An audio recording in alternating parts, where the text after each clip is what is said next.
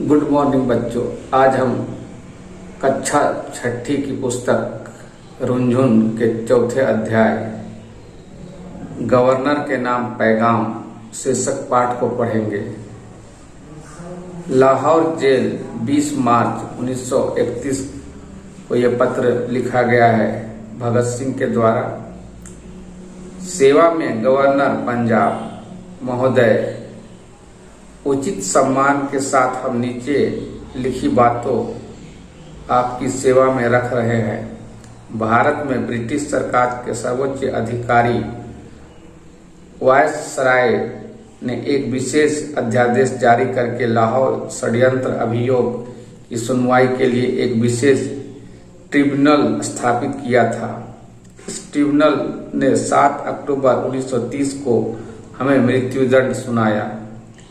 हमारे ऊपर सबसे बड़ा आरोप यह लगाया गया कि हमने जॉर्ज पंचम के विरुद्ध युद्ध किया। इस निर्णय से 2 बातें स्पष्ट हो जाती है। प्रथम यह कि अंग्रेजी हुकूमत और भारत की जनता के बीच एक युद्ध चल रहा है।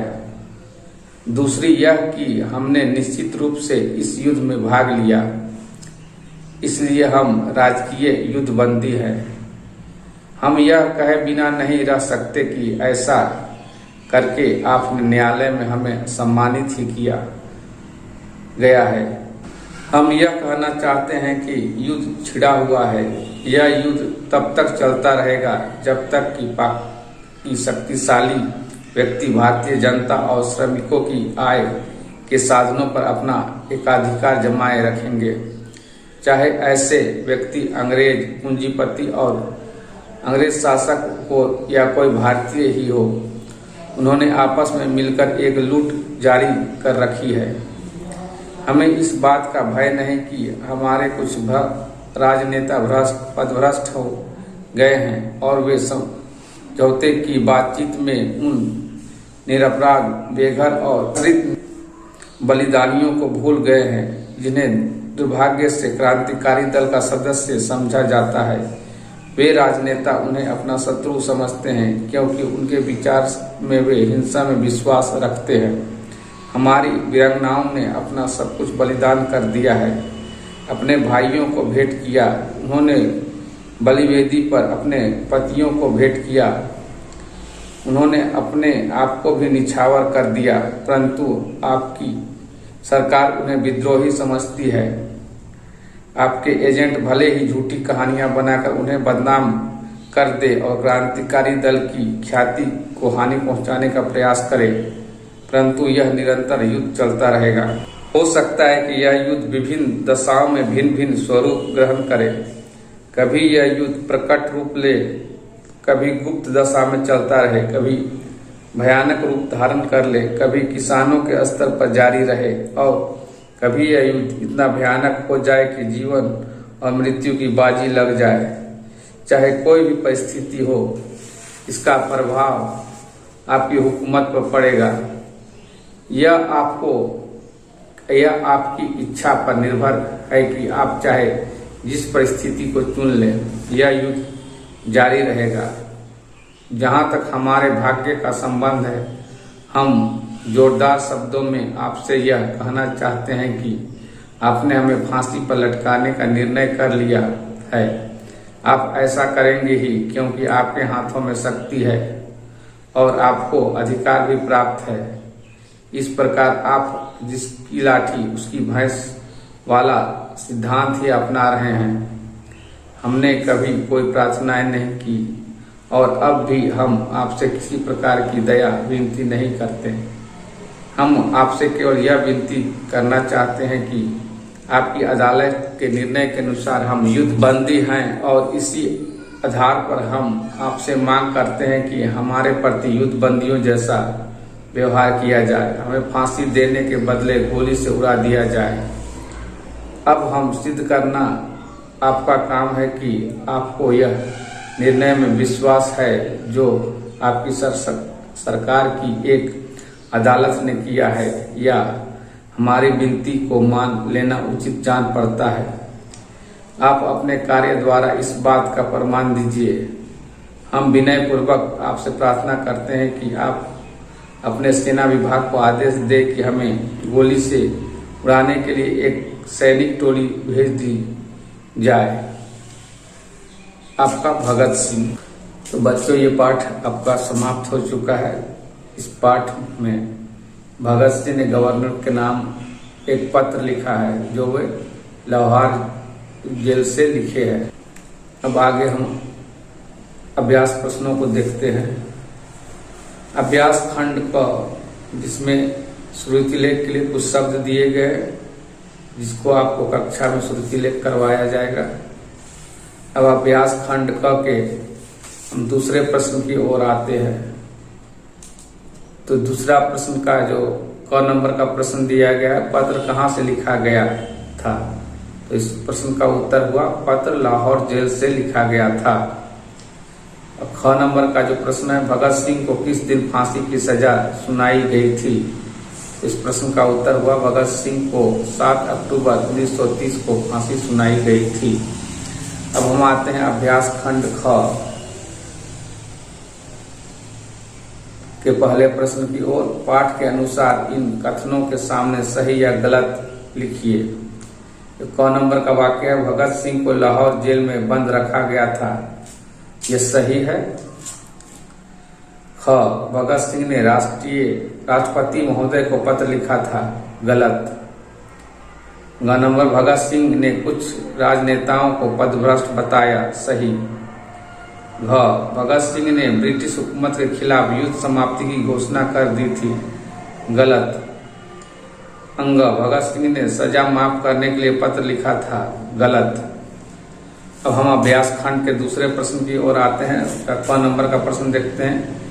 ट्रिब्यूनल ने कब और क्या सजा सुनाई थी? तो इसका उत्तर होगा ट्रिब्यूनल ने 7 अक्टूबर 1930 को मृत्युदंड की सजा सुनाई थी। अब ख नंबर का प्रश्न में आते हैं। भगत सिंह ने अपनी सजा के बारे में क्या कहा था? इस प्रश्न का उत्तर हुआ भगत सिंह ने अपनी सजा के बारे में कहा था, हम राष्ट्रीय युद्धबंदी हैं। अब ग नंबर के प्रश्न की ओर आते हैं। ब्रिटिश सरकार किन वीरांगनाओं को विद्रोही समझती थी? इस प्रश्न का उत्तर हुआ ब्रिटिश सरकार सब कुछ निछावर करने वाली वीरांगनाओं को विद्रोही समझती थी। अब हम आते हैं अभ्यास प्रश्न खंड ख के घ नंबर का प्रश्न। भगत सिंह ने पत्र के माध्यम से क्या मांग की थी? तो इस प्रश्न का उत्तर हुआ भगत सिंह ने पत्र के माध्यम से कहा, हम युद्धबंदी हैं, इस कारण से हमसे युद्धबंदियों जैसा व्यवहार किया जाए। अब हम आते हैं अभ्यास खंड ग। पाठांश पढ़कर संक्षिप्त उत्तर दीजिए। भारत में ब्रिटिश सरकार के सर्वोच्च अधिकारी वायसराय ने एक विशेष अध्यादेश जारी करके लाहौर षड्यंत्र अभियोग की सुनवाई के लिए एक विशेष ट्रिब्यूनल स्थापित किया था। इस ट्रिब्यूनल ने 7 अक्टूबर 1930 को हमें मृत्युदंड सुनाया। हमारे ऊपर सबसे बड़ा आरोप यह लगाया गया कि हमें जॉर्ज पंचम के विरुद्ध युद्ध किया है। इसके पाठांश के आधार पर जो पहला प्रश्न दिया गया है, भारत में ब्रिटिश सरकार के सर्वोच्च अधिकारी क्या कहलाते थे? तो इस प्रश्न का उत्तर हुआ भारत में ब्रिटिश सरकार के सर्वोच्च अधिकारी वायसराय कहलाते थे। अब इसका दूसरा प्रश्न हुआ भगत सिंह को किस अभियोग में सजा सुनाई गई थी? इसका उत्तर हुआ भगत सिंह को लाहौर षड्यंत्र के अभियोग में सजा सुनाई गई थी। अब आते हैं हम अभ्यास खंड अंग के पहले प्रश्न की ओर। इन प्रश्नों में से मूल शब्द और प्रत्यय अलग करके लिखिए। क नंबर का जो शब्द दिया गया सम्मानित, इसका मूल शब्द हुआ सम्मान और प्रत्यय हुआ इत। ख नंबर का जो शब्द है विद्रोही, इसका मूल शब्द हुआ विद्रोह और प्रत्यय हुआ ई। ग नंबर का जो शब्द है भारतीय, इसका मूल शब्द हुआ भारत और प्रत्यय हुआ ई। ई। अब अगला घ नंबर का शब्द है शक्तिशाली। इसका मूल शब्द हुआ शक्ति और प्रत्यय हुआ शाली।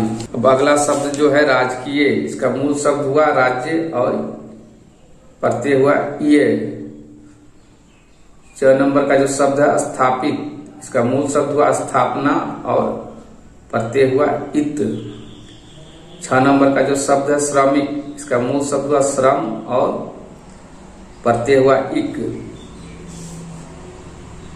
अब दूसरा जो प्रश्न है, इन प्रश्नों में से उपसर्ग और मूल शब्द अलग करके लिखिए।